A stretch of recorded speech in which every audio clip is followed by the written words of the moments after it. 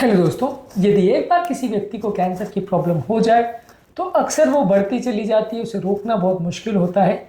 आज हम कुछ यूज़फुल टिप्स पे बात करेंगे जिसको आप यूज़ कर सकते हैं, जो कैंसर के बढ़ने के चांस को कुछ हद तक कम कर सकते हैं। मैं ऐसा कोई गारंटी नहीं कहता हूँ कि ये टिप्स को आप यूज़ करोगे तो आपका कैंसर पूरी तरह से रुक जाएगा और कभी कोई दिक्कत नहीं आएगी, ऐसा कुछ नहीं है। लेकिन हाँ, ये सारी वो हेल्दी चीज़ें हैं जिनको करने से कैंसर के सेल्स के बढ़ने के चांसेस या उसके एक जगह से दूसरी जगह फैलने के चांसेस को कुछ हद तक कम करने में आप मदद कर सकते हैं। टॉपिक पर जाने से पहले जो लोग हमारे चैनल पर नए हैं, मैं रिक्वेस्ट करूँगा कि चैनल को सब्सक्राइब करें, वीडियो को लाइक करें, शेयर करें, फॉलो करें, कमेंट करें, पूरा देखें। टॉपिक इंपॉर्टेंट है, किसी भी और चैनल पर नहीं मिलेगा, इसे अंत तक देखिएगा। चलिए शुरू करते हैं important video.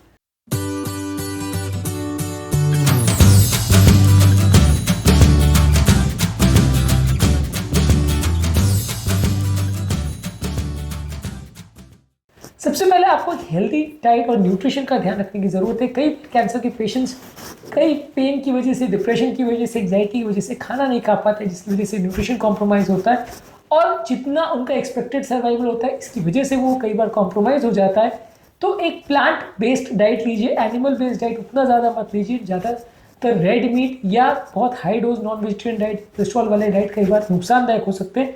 Plant based diet इस मामले में ज़्यादा अच्छा है। ताज़े फल सब्जियां, होल ग्रेन, नट्स, सीड्स ये ज़्यादा लीजिए। इसमें एंटीऑक्सीडेंट्स, विटामिन, मिनरल्स और फाइबर्स होते हैं जो कि कैंसर सेल्स के बढ़ने के चांसेस को और एक जगह से दूसरी जगह से फैलने के चांसेस को कुछ हद तक कम कर सकते हैं। कुछ क्रूसीफेरस वेजिटेबल्स जैसे ब्रोकोली और फूल गोभी में कुछ ऐसे तत्व होते हैं जो डिटॉक्सिफाई करने में मदद करते हैं और कैंसर के बढ़ने के चांसेस को कुछ हद तक कम करते हैं। इसके अलावा अपने खाद्य पदार्थों में शुगर का सेवन मत करिए। शुगर कई बार बॉडी का इंसुलिन बढ़ाता है और इन्फ्लेमेशन बढ़ाता है, जिससे कैंसर सेल्स को फ्यूल मिलता है और कैंसर सेल्स की बढ़ने की गति कई गुना बढ़ जाती है।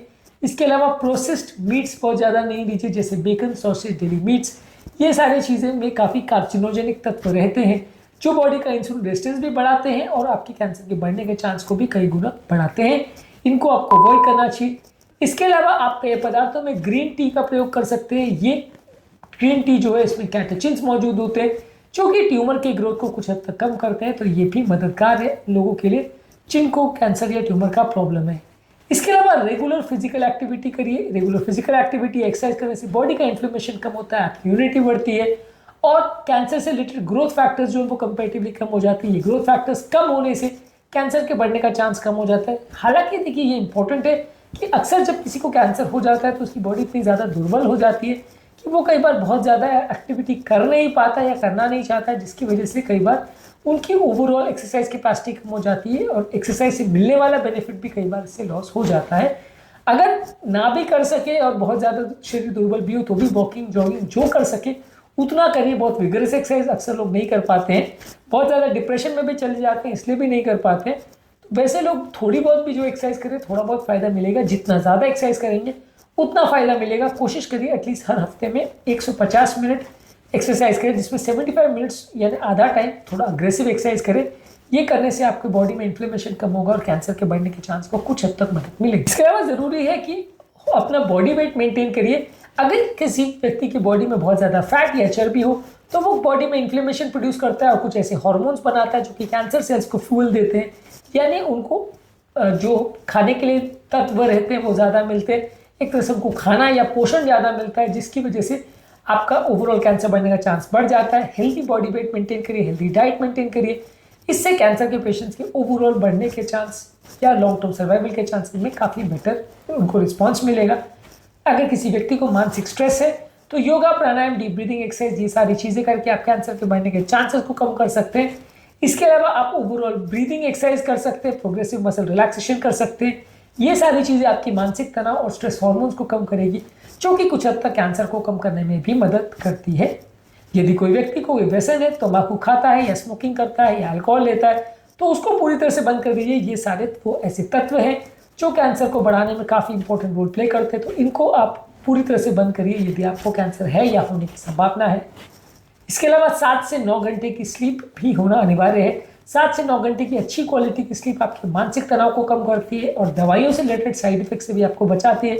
कैंसर से रिलेटेड कई लोगों को पेन होता है, उसमें भी ये मदद करती है। इसके अलावा अपनी इम्यूनिटी को बूस्ट करने के लिए हेल्दी डाइट, रेगुलर एक्सरसाइज, अच्छी नींद, ये सारी चीज़ रखिए। अलग अलग तरह के इन्फेक्शन से बॉडी को बचाइए, अलग अलग तरह के इन्फेक्शन के लिए वैक्सीनेशन लीजिए। कई बार कैंसर के पेशेंट में बॉडी की इम्यूनिटी कम होने के बाद बहुत सारे तरह के इन्फेक्शन हमला कर देते हैं, जिसकी वजह से व्यक्ति की जल्दी मृत्यु हो जाती है। तो इस इन्फेक्शन से बचने के लिए अपनी इम्यूनिटी को अच्छा रखें। इसके अलावा वातावरण में मौजूद जो टॉक्सिन्स हैं, जैसे पेस्टिसाइड्स है, हेवी मेटल्स है, स्मोक है, पोल्यूटेंट्स है, वातावरण में इंडस्ट्रियल पोल्यूटेंट्स है, ये सारी चीज़ों से खुद को बचाएं। तो ये सारी चीज़ें आपको कंपैरेटिवली बेटर एनवायरनमेंट देगी और ये सारी चीज़ों से खुद को बचाकर, पोल्यूटेंट से अपने आप को बचाकर अपनी कैंसर के रिस्क को आप कम कर सकते हैं। इसके अलावा अपने पर्सनल केयर के लिए नेचुरल क्लीनिंग प्रोडक्ट्स का भी प्रयोग करें जहाँ तक पॉसिबल है। इसके अलावा अपने पेट की हेल्थ को भी इम्प्रूव करें। अपने पेट की हेल्थ को इम्प्रूव करने के लिए कुछ पेट के माइक्रोफ्लोरा या नॉर्मल नेचुरल बैक्टीरिया जो है वो आपके पेट को हेल्दी रखने में और कैंसर के रिस्क को कम करने में मदद करते हैं। तो इनको ग्रो करने में मदद करिए और ये आपकी इम्यूनिटी को भी बढ़ाएंगे और अलग अलग तरह के इन्फ्लेमेशन या इन्फेक्शन से भी आपको बचाएंगे।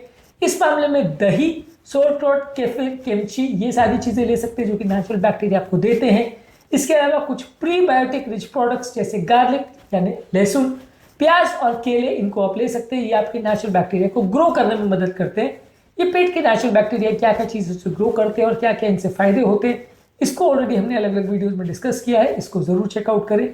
इसके अलावा आपकी जो हेल्थ केयर टीम है, जैसे आपके सर्जन है, कीमोथेरेपिस्ट है, रेडियोथेरेपिस्ट है, इम्यूनोथेरेपिस्ट है, इनके साथ रेगुलर बेस पे फॉलोअप करते रहिए, उनके साथ डिस्कस करिए। यदि कोई दवा रिलेटेड साइड इफेक्ट्स या प्रॉब्लम्स हो रही है या कॉम्प्लिकेशंस हो रही है तो उसको प्रॉपर्ली डिस्कस करिए और समय रहते उनको रिपोर्ट करिए, इससे पहले कि वो प्रॉब्लम बढ़ जाए।